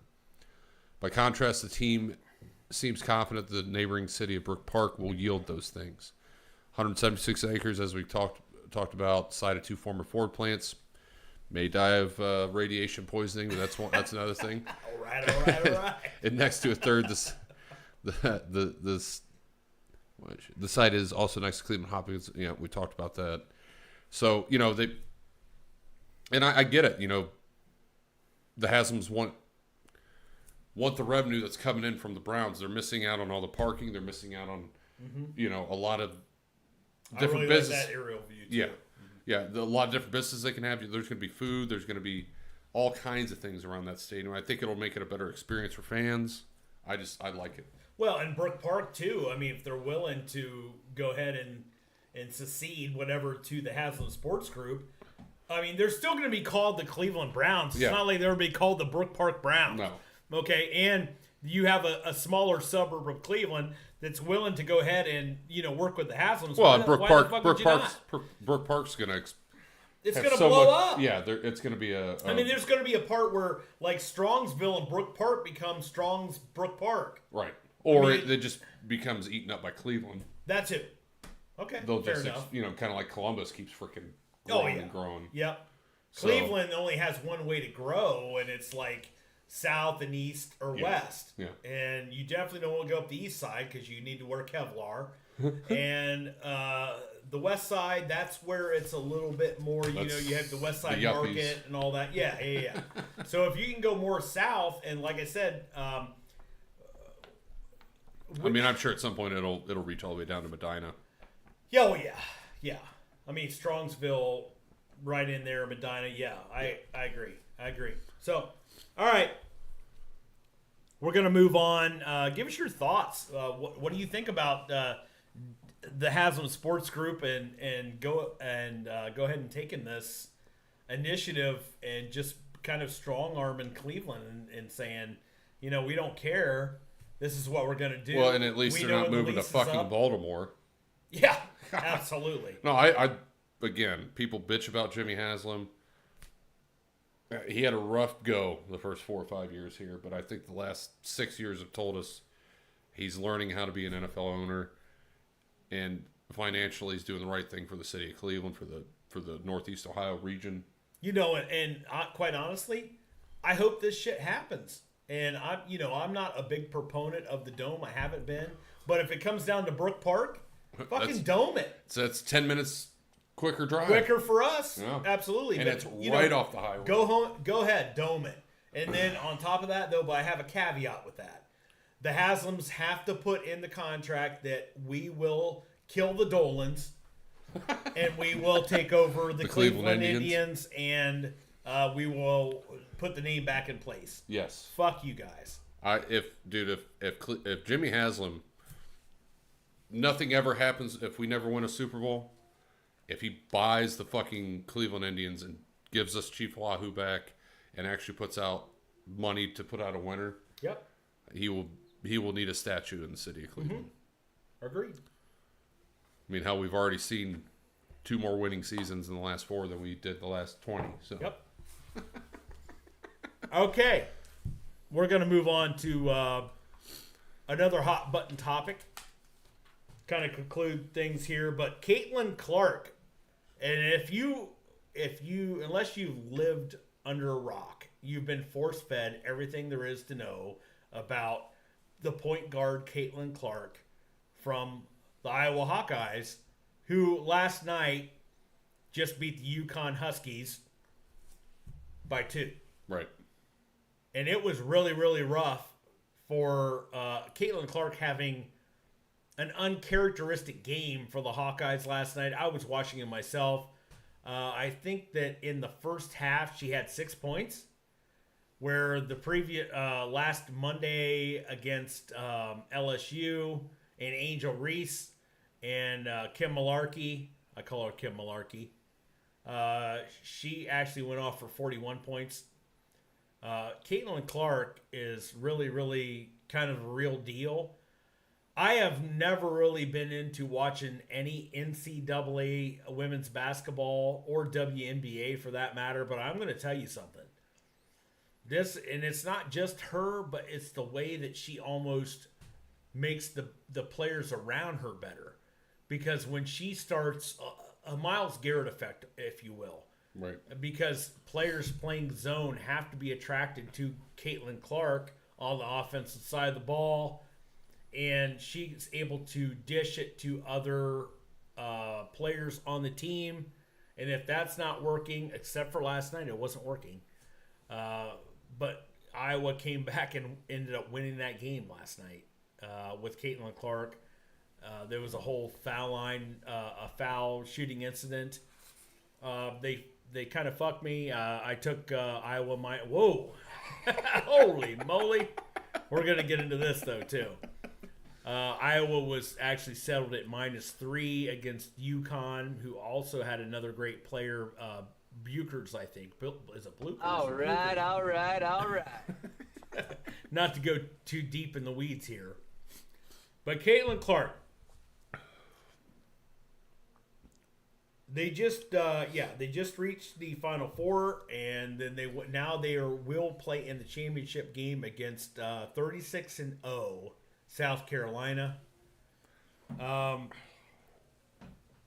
here's the big deal, and it has to do with Ice Cube and his Big 3 league. Ice Cube, it was leaked out. TMZ reported on it which I watched some Big 3 basketball last night. Yeah. It's actually pretty damn good. It's good. And apparently there's a whole party. There's like whenever they come to your town, it's like a whole fucking party. It's like what the And One brand back in the day when they were doing street ball. Yeah. Okay, so apparently TMZ reported on it first, then Ice Cube went ahead, who is the CEO of the Big 3. He confirmed it earlier this last week that they were going to go ahead and offer Caitlin Clark $5 million. Caitlin Clark, the unanimous #1 pick coming out of college women basketball. The Steph Curry of the WNBA. That's been a whole thing or not. I mean, she didn't look that great last night, but she has. I mean, she's taking shots. I saw some clips, her taking shots like from the fucking logo and shit. Right. And she is the all-time points leader in women's college basketball now. Whether you want to hop on the whole bullshit with Kelsey Plum and that whole discussion of, whether she should really be the point leader because, she took longer to go ahead and get those points than that and whatever. So Ice Cube went ahead and confirmed it. Also confirmed it on the Pat McAfee show. He had him on there as a guest that the offer is on the table from the Big 3 for $5 million. Now, we don't know we don't know what the details of that is. I watched the clip from McAfee. I don't know if it's going to be $5 million off the get or $5 million off the get. I also know this, Caitlin Clark, and this is amazing to me, that she just her NIL money, and remember she plays for the Iowa Hawkeyes. Her NIL money alone is in the neighborhood of like $3.1 million. Damn. For a women's college basketball player, her NIL money is $3.1 million. That's been on TV like 4 times in the last 3 years. Yeah. So, I'm not taking away from this. But she's just different. She's special. Yeah. Whether you want to go ahead, Steph Curry's already kind of given her props. Right. LeBron James has come out kind of giving her props. What we don't know is if Caitlin Clark is going to go ahead and take, because everybody's quiet on Caitlin Clark's field. We know she's going to be the number 1 pick of the WNBA, which we know is big trash. Okay? Yeah. Absolutely. Big trash. That's Big trash. Garbage. Okay? We know... I guess what I'm trying to find out about the whole thing is the big 3. Gotta be hilarious to see her play. It kind of coincides with the WNBA start. It's a summer league type of deal, but I guess there's only going to be maybe one scheduling conflict. Obviously, if the big 3 were to sign her, they're going to try to cater to her as much as possible and try to work around her schedule with $5 million. The big 3 league 30 seconds after they heard Caitlin Clark's line for $5 million. Holy shit. Here's my thing. The Caitlin Clark camp is completely silent on this. It was broke by TMZ. We know that it's confirmed by Ice Cube. What say you? Are they trying to bury the WNBA even more? That's really the pushback on this. Is apparently the WNBA players, when they're not playing in the 30-game season of the WNBA, they're over in Europe, Asia, whatever, trying to supplement their income, which their highest paid players somewhere in the neighborhood of like $235,000. So, I don't know about you guys out there that work jobs. $80,000 a year as a rookie in the NBA or the WNBA, Right. to play 30 games. Right. And then you get to go and, like, that's awesome. You don't bring anybody in the stands. Right. So, you're making pretty good fucking money. That's middle class. Right. Upper portions of it at this point. So Caitlin Clark came out a few years ago and said that, one of her dreams was to play in the WNBA. Well, I'm sure. And she should. She's a fucking woman. Sure, I get that. But this was way before the proposal from the Big 3 League, who's all men. No, and I think it would be fucking hilarious. I'm going to watch every second of it. If she goes to the Big 3. If she goes to the Big 3, because I will be astounded every time she makes a basket. Mm-hmm. These dudes are in their 40s. She's going to have to shoot from half court. Then. Yeah, she's going to have to somehow find space. These dudes play physical basketball, and that's early 2000s style defense that they're playing. So I watched a clip of apparently Gilbert Arenas has his own podcast now, and it's called what's it called? The Arias's Arena. Yeah. Okay, so there was some kind of WNBA player on there that she was bitching a fit. Yeah. Along with some, I guess there was another player, Lexi Brown, who's also with the WNBA, that was pitching a fit. Well, yeah, they're gonna.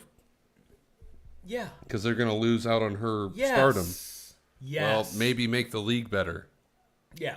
Now, to the WNBA, to their credit, the WNBA finals last year with the Las Vegas Aces is one of the best ones to ever happen.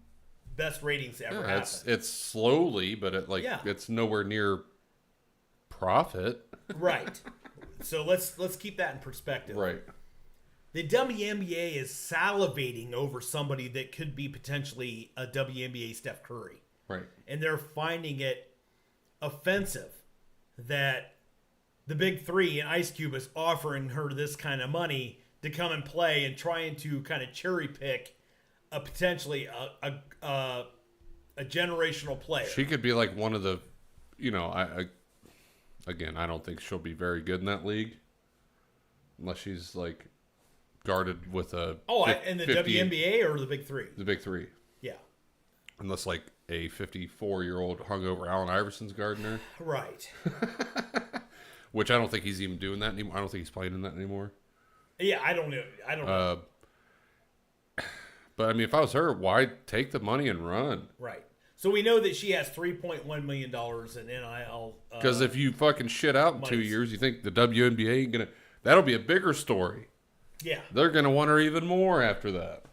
Yeah, the WNBA, you mean? Yeah. Oh, absolutely, absolutely. You would think so. The WNBA would doing that, but I guess some of her NIL money actually transcends not just or it transcends college ball. And we're talking like some of the NIL. We're talking State Farm, Bose. Who else is on there? There's a whole list of them that I was reading about. But it transcends not just college basketball, but also her going to the WNBA. So we don't know exactly what those sponsors are looking for. Right. I would think that this is probably a bit of a last-ditch effort by the Big Three league. You would think at some point too, like ESPN's like, we're not going to keep giving you free airtime. Yeah. I mean, this is kind of the person they've been waiting for. Right. ESPN has exclusive rights to the WNBA. Right. And the Big Three is only on. Is it CBS or is it? Is it? I don't didn't know. think Maybe it was it's public. on like an off channel. That's why I think it's. I'd have to look that up. Fuck, I was gonna look that up. I'm almost certain that like the Big Three is only like on a certain app, like food. I mean, you can watch on YouTube, but right. It might even be YouTube. Right. Because I don't think ESPN does it. So they'll be pissed. I'm not sure. Yeah, they'll be pissed. And I would love that because, dude, Ice Cube's one of my favorite fuck people of all time anyway. But him fucking them. It's great. And they're going to try to smear that league now. Oh, so hard. But how do you do that without being racist? Correct. Because Ice Cube is black. Right. If you didn't know that, Ice Cube is not the color of ice. He's actually black. And like black ice. Imagine like black ice in the winter. And he actually dealt with like very much a lot of shit in the LA area in the 90s with the cops there. Right. So let's see the spin on this. So that's my whole thing is. And they're bitching about her being the white girl. Why aren't you taking this chick from LSU who isn't as good, obviously? Angel Reese. Yes. Right. It's like, I don't know, maybe because he's a fucking businessman? Right. And remember, he is the CEO of the Big Three League, but he has many, many partners that are part of this. It'd be interesting to find out if any of those partners are also part of her NIL money. I was thinking about that. Bose Speakers or State Farm or whatever the hell she's got. And say, you know what? We need you over here because we don't want the Big Three League to go under either. Yeah, which it seems to me like every time I watch the Big Three League, like they have good announcers. Right. Seems like the stadium's full. I don't know. It seems like they're doing pretty well. I like that league. I really hope when LeBron retires, he goes there and just dominates. Right. I would love it too. Anyway, the guy that was on Arenas' Arena podcast, he was also talking about if Caitlin Clark goes to the Big Three League, these guys are like one step below like a prison league. Yeah. They give zero fucks. Physical. Okay? They would love for her to come in the league, try to take a 54-foot jumper, and just slam the fucking ball back in her face. Right. And there you go. That's what would happen. I mean, like I said, it'll be hard enough for her to get a shot off, much less make one. Yeah. They don't fuck around. Anyway, and it's not full court. She just it's half court, right? Yeah, so it's not like these old guys have to keep running up. No, they're going to be on your ass the whole time. And they're fresh. Yeah. They're fresh. And it's only 10 games this season. Yeah. That's another important thing. Is that including playoffs? That is including the playoffs. So there's 8 regular season regional games with the Big Three, and then 2. So they want to sign her to $5 million. Well, you would think for 10 games. This might grow over time with another team or two. It could. Right. It could. You know what I mean? But I think really that Ice Cube and his partners are there. Do I think the Big Three could be in some financial problems here. Yeah, they could be. They could offer this out and say, hey, let's do it. Let's grow our league. This could be like the Mike Tyson, Jake Paul fight. Let's go ahead and get this girl in here. Let's say boxing.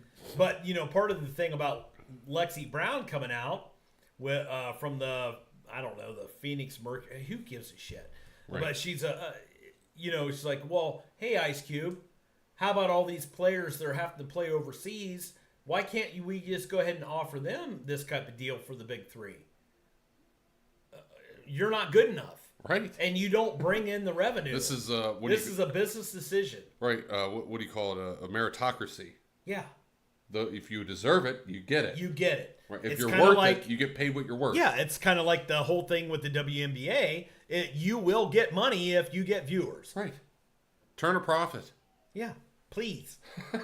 Please. Stop fucking working on the backs of these NBA players that are bringing in billions. And we live in the United States here. People come here. Athletes from around the world come to the United States to get big money. Right.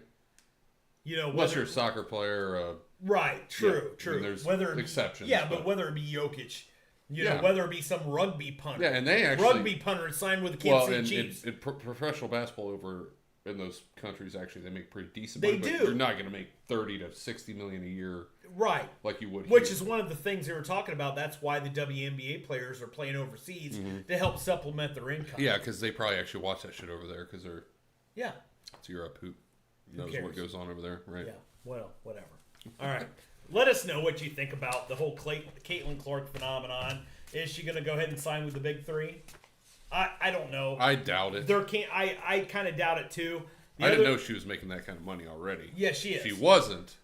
Fuck, why would you pass Why up would $5 you million? ever? But then she'll never make that in her whole career in the WNBA. And then it's going to be interesting though too, is if her dream is really ever to make it in the WNBA, she's not going to move the needle with the WNBA, right? I'm not tuning in to the WNBA to watch Caitlin Clark. Not every night, maybe. Hey, okay.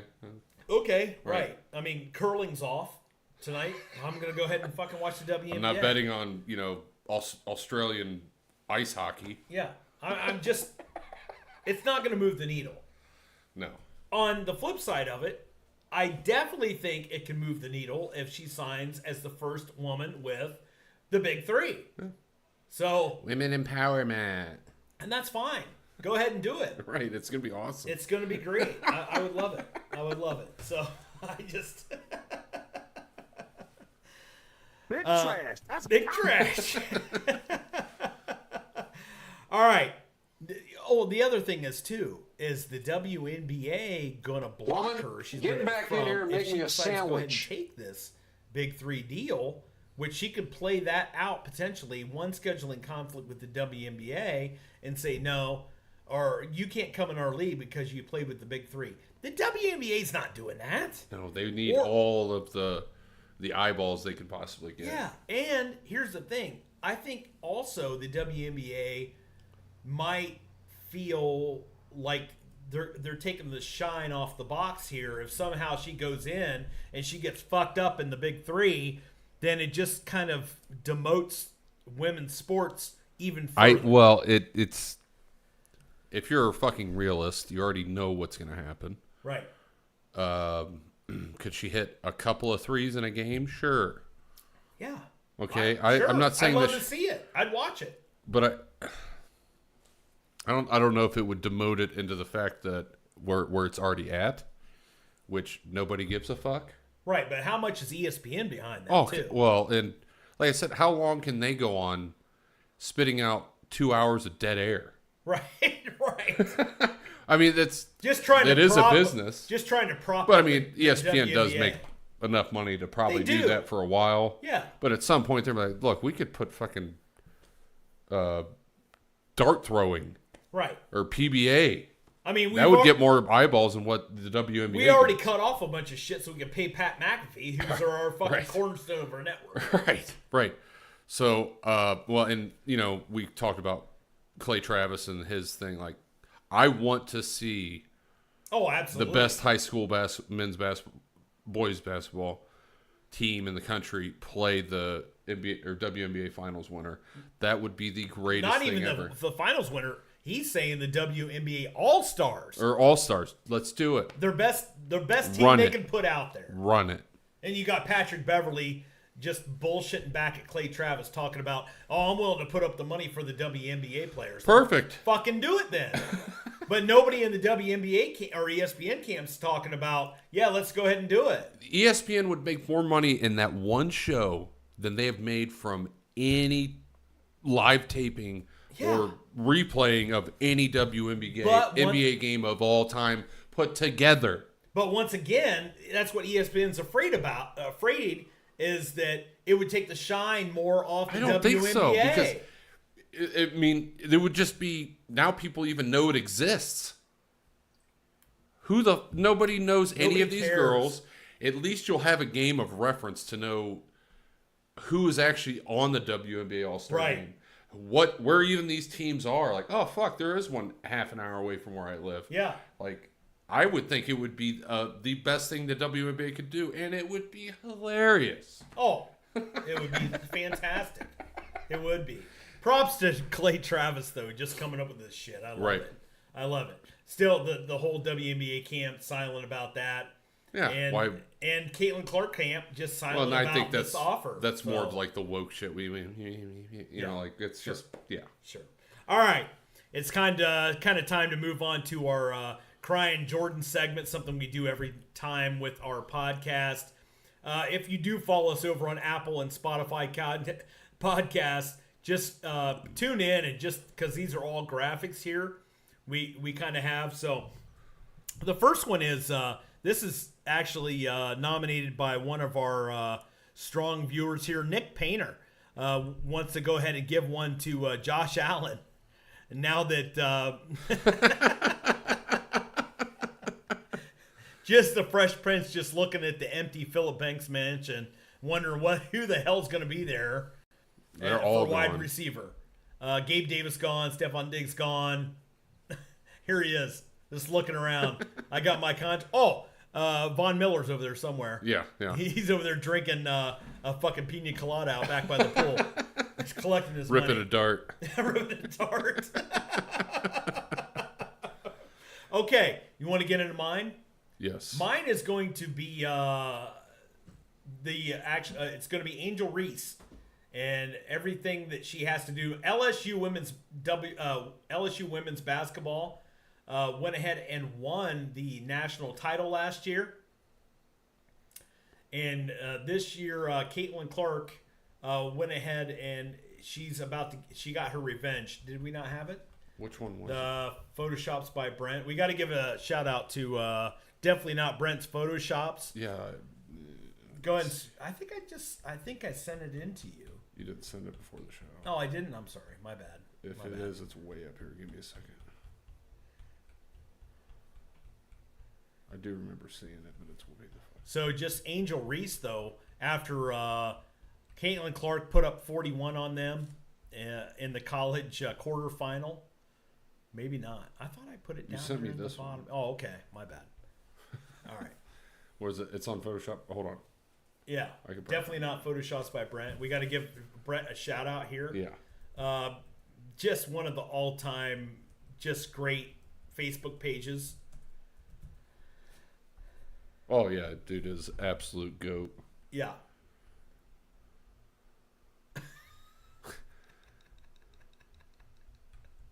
Fuck is it? That one's a good one though too. The Kim Malarkey, just Caitlin fucking Clark. I'll take an L.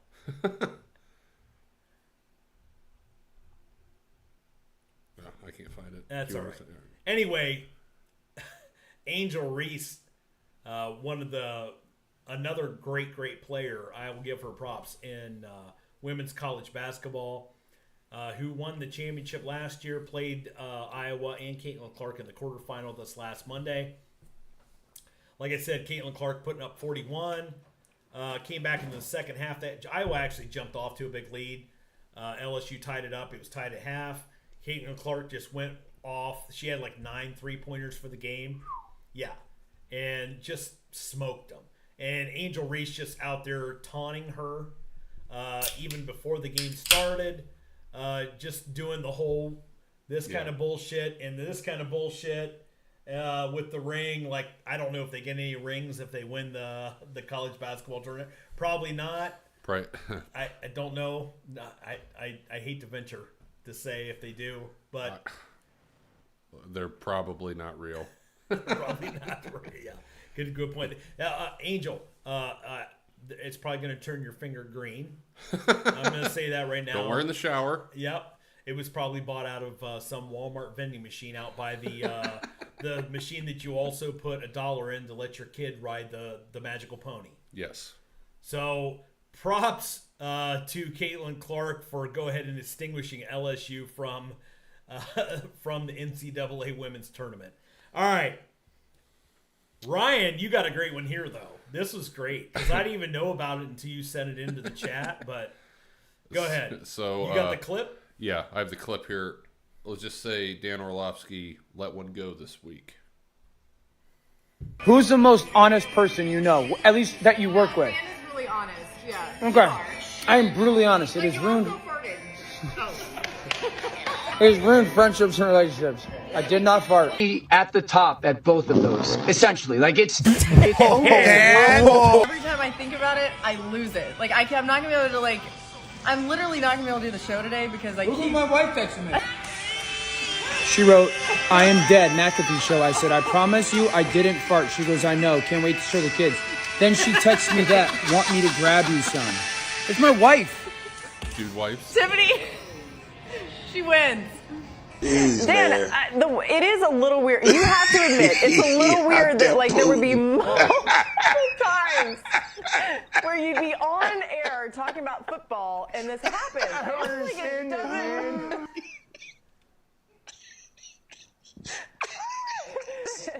Has it happened to me twice? Has it happened to me twice on national television? Whole studio's losing it. Dude. Oh my God, bro. One of them was on Monday Night Football. Monday Night Football, a fart happens, and then... You sinking fast, bro. Dog, I pray every morning. That's the first thing I do. I guess it could be worse, so maybe the prayers are making sure it's only a poot. On that note... So Dan Orlovsky, credits to the Pat McAfee show. Pat McAfee also sporting the Dan Orlovsky's or Pat McAfee sporting the Dude Whites T-shirt on his daily show, but also but Orlovsky on there for like his weekly segment. I think it's a weekly segment, like a Monday, Tuesday. And I don't know if one of McAfee's guys like put this in there, but Orlovsky just ripping ass, apparently, right on McAfee's show. McAfee stops, like, dead commentate, and just goes right at Dan Orlovsky, the famous guy that ran out of the back of the end zone of the Detroit His Lions. facial reaction was crazy.